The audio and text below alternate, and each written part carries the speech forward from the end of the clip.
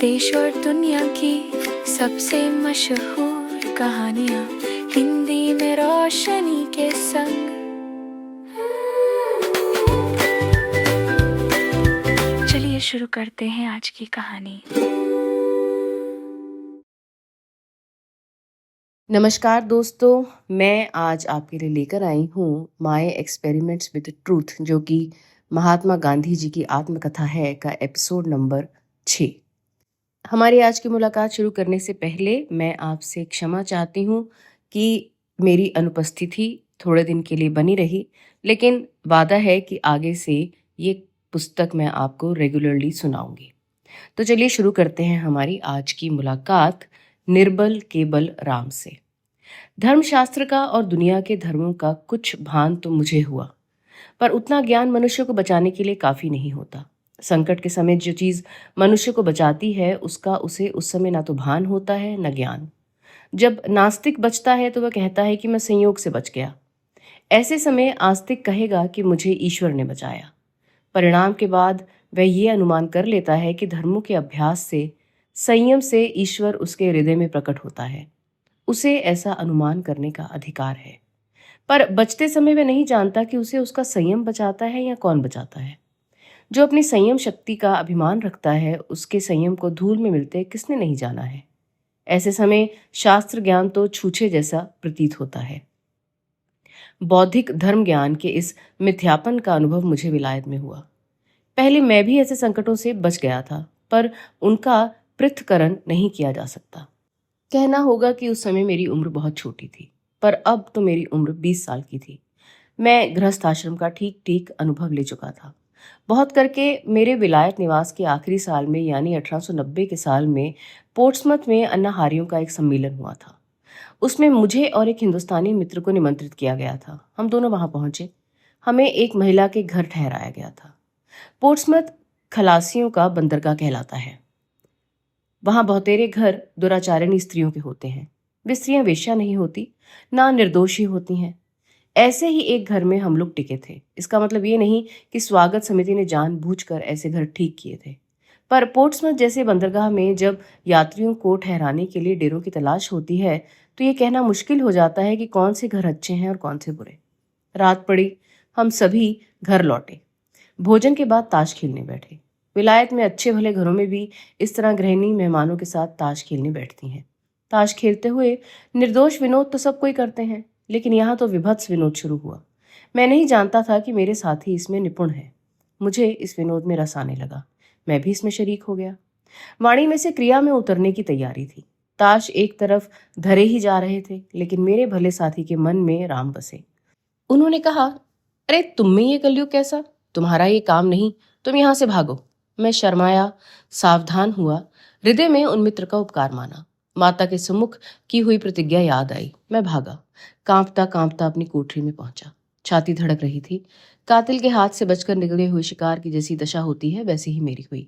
मुझे ख्याल है कि परिस्त्री को देखकर विकारवश होने और उसके साथ रंगरलियां करने की इच्छा पैदा होने का मेरे जीवन में ये पहला प्रसंग था।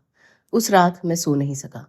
अनेक प्रकार के विचारों ने मुझ पर हमला किया। घर छोड़ दूं, भाग जाऊं, मैं कहाँ हूं? अगर मैं सावधान ना रहूं तो मेरी क्या गत हो? मैंने खूब चौकन्ना रहने का निश्चय किया। यह सोच लिया कि घर तो नहीं छोड़ना है, पर जैसे भी बने पोर्ट्समाउथ जल्दी छोड़ देना है। सम्मेलन 2 दिन से अधिक चलने वाला नहीं था, इसलिए जैसा कि मुझे याद है मैंने दूसरे ही दिन पोर्ट्समाउथ छोड़ दिया। मेरे साथ ही पोर्ट्समाउथ में कुछ दिन के लिए रुके। उन दिनों मैं ये बिल्कुल नहीं जानता था कि धर्म क्या है, ईश्वर क्या है और वह हम में किस प्रकार काम करता है। उस समय तो लौकिक दृष्टि से मैं ये समझा कि ईश्वर ने मुझे बचा लिया है, पर मुझे विविध क्षेत्रों में ऐसे अनुभव हुए हैं। मैं जानता हूं कि ईश्वर ने बचाया वाक्य का अर्थ आज मैं अच्छी तरह समझने लगा हूं, पर साथ ही मैं ये भी जानता हूं कि इस वाक्य की पूरी कीमत अभी तक मैं आंक नहीं सका हूं। वह तो अनुभव से ही आंकी जा सकती है, पर मैं कह सकता हूं कि कई आध्यात्मिक प्रसंगों में, वकालत के प्रसंगों में, संस्थाएं चलाने में, राजनीति में ईश्वर ने मुझे बचाया है। मैंने ये अनुभव किया है कि जब हम सारी आशा छोड़कर बैठ जाते हैं, हमारे दोनों हाथ टिक जाते हैं, तब कहीं ना कहीं से मदद आ पहुंचती है। स्तुति, उपासना, प्रार्थना वहम नहीं है, बल्कि हमारा खाना पीना, चलना बैठना जितना सच है, उससे भी अधिक सच यह चीज़ है। यह कहने में अतिशयोक्ति नहीं कि यही सच है और सब झूठ है। ऐसी उपासना, ऐसी प्रार्थना निरा वाणी विलास नहीं होती। उसका मूल कंठ नहीं, हृदय है। अतएव यदि हम हृदय की निर्मलता को पा लें, उसके तारों को सुसंगठित करें, तो उनमें से जो सुर निकलते हैं वे गगनगामी होते हैं। मुझे इस विषय में कोई शंका ही नहीं है कि विकार रूपी मलों की शुद्धि के लिए हार्दिक उपासना एक रामबाण औषधि है, पर इस प्रसादी के लिए हम में संपूर्ण नम्रता होनी चाहिए। नारायण हेमचंद्र। इन्हीं दिनों स्वर्गीय नारायण हेमचंद्र विलायत आए थे। लेखक के रूप में मैंने उनका नाम सुन रखा था। मैं उनसे नेशनल इंडियन एसोसिएशन की मिस मैनिंग के घर मिला। मिस मैनिंग जानती थी कि मैं सबके साथ हिलमिल नहीं पाता। जब मैं उनके घर जाता तो मुंह बंद करके बैठा रहता, कोई बुलवाता तभी बोलता। उन्होंने नारायण हेमचंद्र से मेरी पहचान कराई। नारायण हेमचंद्र अंग्रेजी नहीं जानते थे। उनकी पोशाक अजीब थी। बेडौल पतलून पहने हुए थे, ऊपर सिकड़नों वाला, गले पर मैला बादामी रंग का कोट था। नेकटाई या कॉलर नहीं था। कोट पारसी तर्ज का पर बेढंगा था। सिर पर ऊन की गुथी हुई झब्बेदार टोपी थी।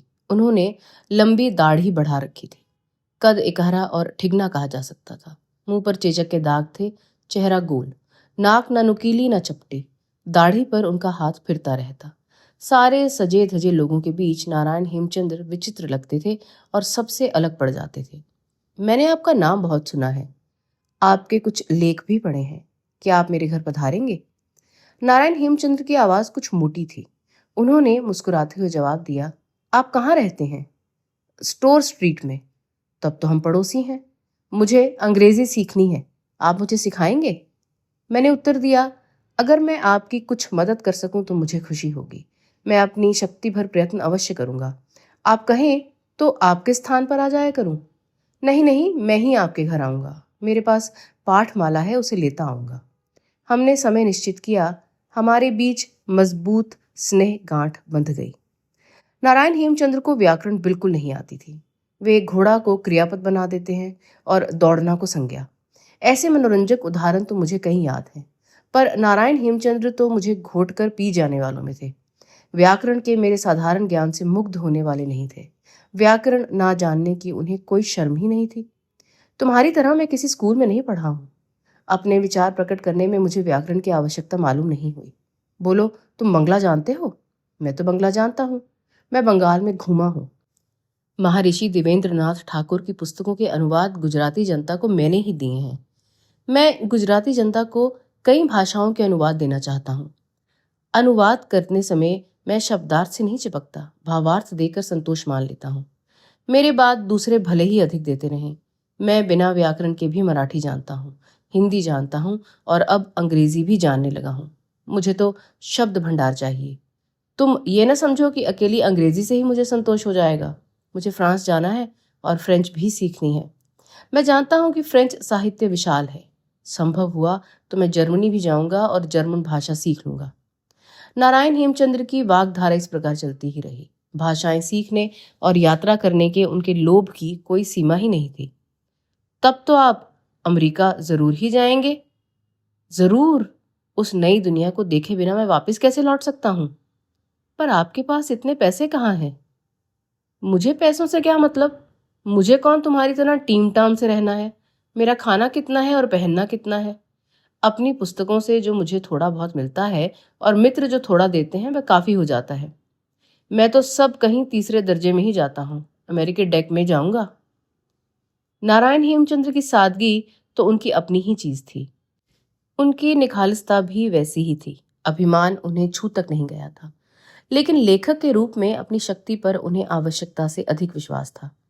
हम रोज मिला करते थे। हमारे विचार और आचार की पर्याप्त समानता थी। दोनों अन्नाहारी थे। दोपहर का भोजन अक्सर साथ ही करते थे।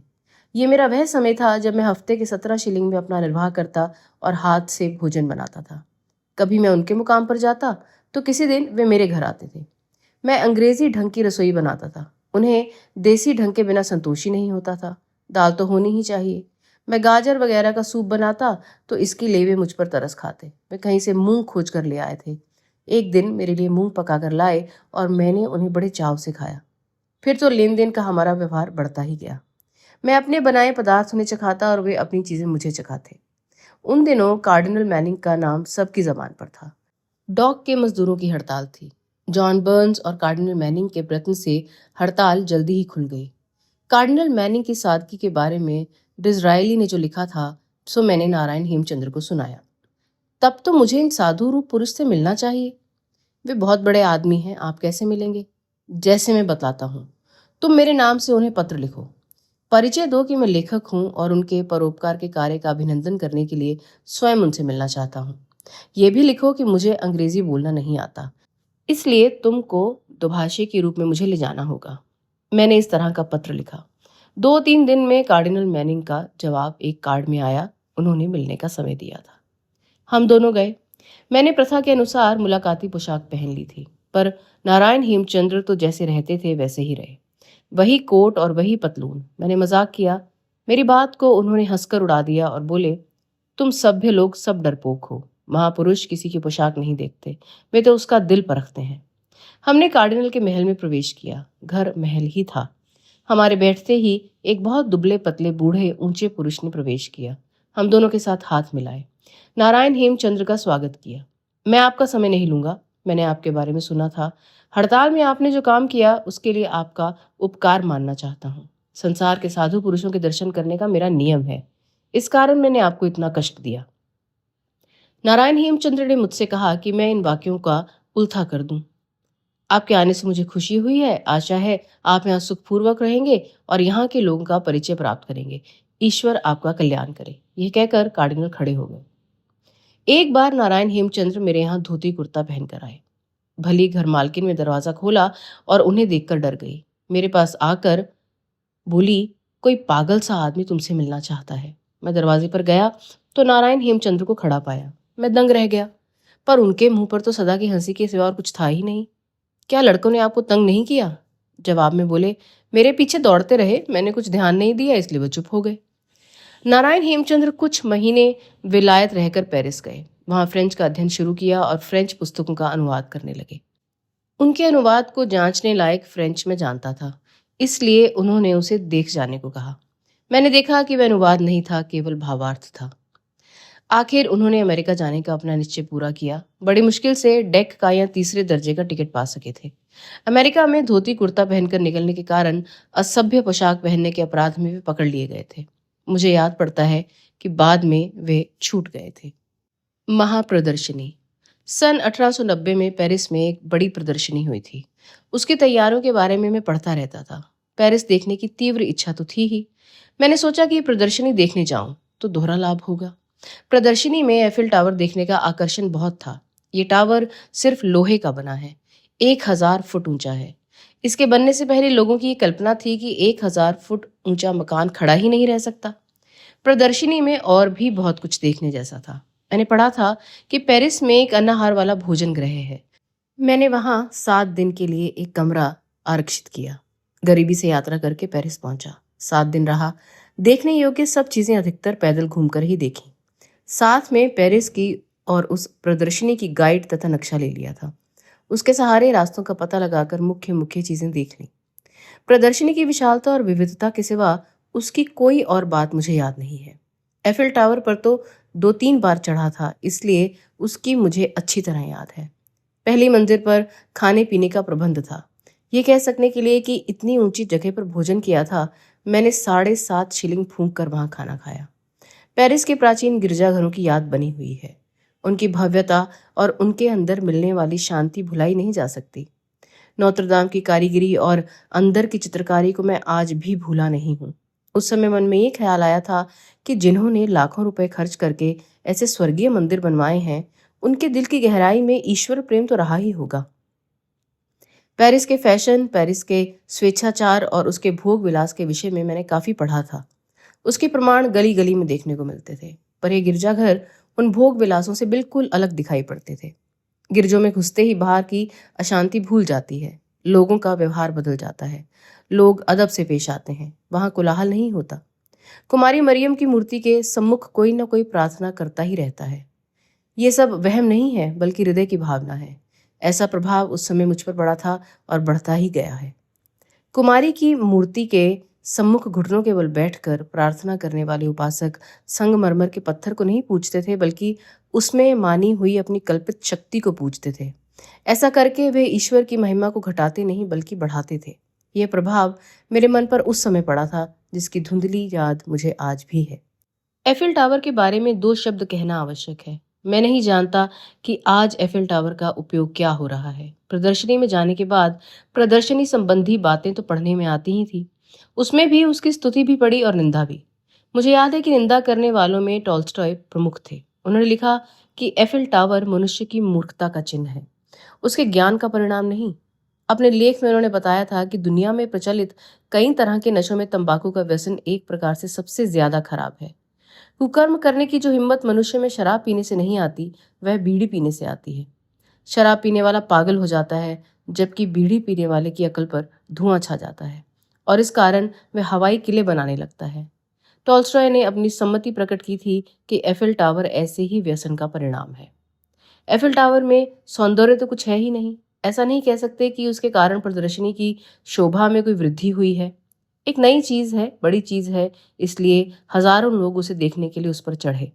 यह टावर प्रदर्शनी का एक खिलौना था और जब तक हम मोहवश हैं, तब तक हम भी बालक हैं। यह चीज इस टावर द्वारा भली भांति सिद्ध होती है। मानना चाहें तो इतनी उपयोगिता उसकी मानी जा सकती है। बैरिस्टर तो बने, लेकिन आगे क्या?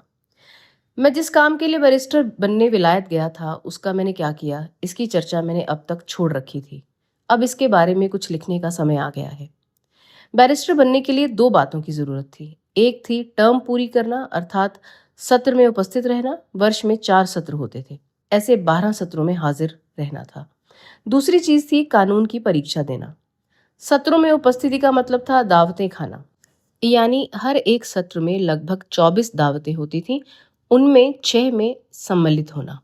दावतों में भोजन करना ही चाहिए, ऐसा कोई नियम नहीं था, परंतु निश्चित समय पर उपस्थित रहकर भोजन की समाप्ति तक वहां बैठे रहना जरूरी था। आम तौर पर तो सब खाते पीते ही थे। खाने में अच्छी अच्छी चीजें होती थीं और पीने के लिए बढ़िया मानी जाने वाली शराब। अलबत्ता उसके दाम चुकाने होते थे। ये रकम 2.5 से 3.5 शिलिंग होती थी, अर्थात 2-3 रुपए का खर्चा हुआ। वहां ये कीमत बहुत कम मानी जाती थी, क्योंकि बाहर के होटल में ऐसा भोजन करने वालों को लगभग इतने पैसे तो शराब में ही लगा देने होते थे। खाने के खर्च की अपेक्षा शराब पीने वालों को पीने पे खर्च अधिक करना पड़ता था। हिंदुस्तान में हमको यदि हम सभ्य न हुए तो इस पर आश्चर्य हो सकता है। मुझे तो विलायत जाने पर यह सब जानकर बहुत आघात पहुंचा था और मेरी समझ में नहीं आता था कि शराब के पीछे इतना पैसा बर्बाद करने की हिम्मत लोग कैसे करते हैं। बाद में समझा, बाद में सीखा। इन दावतों में शुरू के दिनों में कोई कुछ भी नहीं खाता था, क्योंकि मेरी काम की चीज़ों में वहाँ सिर्फ रोटी, उबले आलू और गोभी ही होती थी। शुरू में तो ये रुचे नहीं, इसलिए खाए नहीं। बाद में जब उनमें स्वाद अनुभव हुआ, तब तो दूसरी चीज़ें भी प्राप्त करने की शक्ति मुझ में आ गई थी। विद्यार्थियों के लिए एक प्रकार के भोजन की और बेंचरों के लिए अलग से अमीर भोजन की व्यवस्था रहती थी। मेरे साथ एक पारसी विद्यार्थी थे, वे भी अन्नाहारी बन गए थे। हम दोनों ने अन्नाहार के प्रचार के लिए बेंचरों के भोजन में से अन्नाहारी के खाने लायक चीजों की मांग की। मांग कबूल हुई। इससे हम बेंचरों की मेज पर से फल वगैरह और दूसरी शाक सब्जियां लेने लगे। शराब तो मेरे काम की थी नहीं। 4 आदमियों के बीच शराब की 2 बोतलें मिलती थी, इसलिए अनेक चौकड़ियों में मेरी मांग रहती थी। मैं पीता नहीं था, इसलिए बाकी 3 को 2 बोतलें जो उड़ाने को मिल जाती थी। इसके अलावा इन सत्रों में महारात्रि होती थी। उस दिन पोर्ट और शरी के अलावा शैंपेन शराब भी मिलती थी। शैंपेन की लज्जत कुछ और ही मानी जाती थी, इसलिए इस महारात्रि के दिन मेरी कीमत बढ़ जाती और उस रात हाजिर रहने का न्योता भी मुझे मिलता। इस खान पान से बैरिस्ट्री में क्या वृद्धि हो सकती है, इसे मैं न तब समझ सका न बाद में। एक समय ऐसा अवश्य था कि जब इन भोजों में थोड़े ही विद्यार्थी सम्मिलित होते थे और उनके तथा बेंचरों के बीच वार्तालाप होता तथा भाषण भी होते थे। इससे उन्हें व्यवहार ज्ञान प्राप्त हो सकता था। वे अच्छे हों या चाहे बुरे, पर एक प्रकार की सभ्यता सीखते थे और भाषण करने की शक्ति बढ़ाते थे। मेरे समय में तो ये सब असंभव ही था। बेंचर तो दूर, एक तरफ अस्पृश्य बनकर बैठे रहते थे। इस पुरानी प्रथा का बाद में कोई मतलब नहीं रह गया। फिर भी प्राचीनता के प्रेमी धीमे इंग्लैंड में बनी रही। कानून की पढ़ाई सरल थी। बैरिस्टर मजाक में डिनर बैरिस्टर ही कहलाते थे। सब जानते थे कि परीक्षा का मूल्य नहीं के बराबर है। मेरे समय में 2 परीक्षाएं होती थीं, रोमन लॉ की और इंग्लैंड के कानून की। 2 भागों में दी जाने वाली इस परीक्षा की पुस्तकें निर्धारित थीं, पर शायद ही उन्हें कोई पढ़ता था। रोमन लॉ पर लिखे संक्षिप्त नोट मिलते थे, उन्हें 15 दिन में पढ़कर पास होने वालों को मैंने देखा था। यही चीज इंग्लैंड के कानून के बारे में भी थी। उस पर लिखे नोटों को 2-3 महीनों में पढ़कर तैयार होने वाले विद्यार्थी भी मैंने देखे थे। परीक्षा के प्रश्न सरल, परीक्षक उदार। रोमन लॉ में 95 से 99% तक लोग उत्तीर्ण होते थे और अंतिम परीक्षा में 75% या उससे भी अधिक। इस कारण अनुत्तीर्ण होने का डर बहुत कम रहता था। फिर परीक्षा वर्ष में 1 बार नहीं 4 बार होती थी। ऐसी सुविधा वाली परीक्षा किसी के लिए बोझ रूप हो ही नहीं सकती थी, पर मैंने उसे बोझ बना लिया। मुझे लगा कि मुझे मूल पुस्तकें पढ़ी जानी चाहिए। ना पढ़ने में मुझे धोखेबाजी लगी, इसलिए मैंने मूल पुस्तकें खरीदने पर काफी खर्च किया। मैंने रोमन लॉ को लैटिन में पढ़ डालने का निश्चय किया। विलायत की मैट्रिकुलेशन की परीक्षा में मैंने लैटिन सीखी थी, वह यहाँ उपयोगी सिद्ध हुई। ये पढ़ाई व्यर्थ नहीं गई। दक्षिण अफ्रीका में रोमन डच लॉ प्रमाणभूत माना जाता है। उसे समझने में जस्टिनियन का अध्ययन मेरे लिए बहुत उपयोगी सिद्ध हुआ। इंग्लैंड के कानून का अध्ययन मैं 9 महीनों में काफी मेहनत के बाद समाप्त कर सका, क्योंकि ब्रूम के कॉमन लॉ नामक बड़े परंतु दिलचस्प ग्रंथ का अध्ययन करने में ही काफी समय लग गया। स्नेल की इक्विटी को रसपूर्वक पढ़ा, पर उसे समझने में मेरा दम निकल गया। वाइट और ट्यूडर के प्रमुख मुकदमों में से जो पढ़ने योग्य थे, उन्हें पढ़ने में मुझे मजा आया और ज्ञान भी प्राप्त हुआ। विलियम्स और एडवर्ड्स की स्थावर संपत्ति विषयक पुस्तक और गुडीव की जंगम संपत्ति पर लिखी पुस्तक में रसपूर्वक पढ़ सका था। विलियम्स की पुस्तकें तो मुझे उपन्यास ही लगी। उसे पढ़ते समय जी जरा भी नहीं उबा। कानून की पुस्तकों में इतनी ही रुचि के साथ हिंदुस्तान आने के बाद मैंने मेन का हिंदू लॉ पढ़ा था, पर हिंदुस्तान के कानून की बात यहाँ नहीं करूँगा। परीक्षाएं पास करके मैं 10 जून 1891 के दिन बैरिस्टर कहलाया। 11 जून को 2.5 शिलिंग देकर इंग्लैंड के हाई कोर्ट में अपना नाम दर्ज कराया और 12 जून को हिंदुस्तान के लिए रवाना हुआ। पर मेरी निराशा और मेरे भय की कोई सीमा नहीं थी। मैंने अनुभव किया कि कानून तो मैं निश्चित ही पढ़ चुका हूँ, पर ऐसी कोई भी चीज़ मैंने सीखी नहीं है जिससे मैं वकालत कर सकूं। मेरी इस व्यथा के वर्णन के लिए स्वतंत्र प्रकरण आवश्यक है। दोस्तों, आज की हमारी मुलाकात को भी यहीं समाप्त करते हैं। मैं आपके लिए इसका अगला एपिसोड लेकर जल्द ही उपस्थित होंगी। आप सुन रहे हैं शॉर्ट स्टोरीज विद रोशनी और मैं हूँ आपकी दोस्त रोशनी।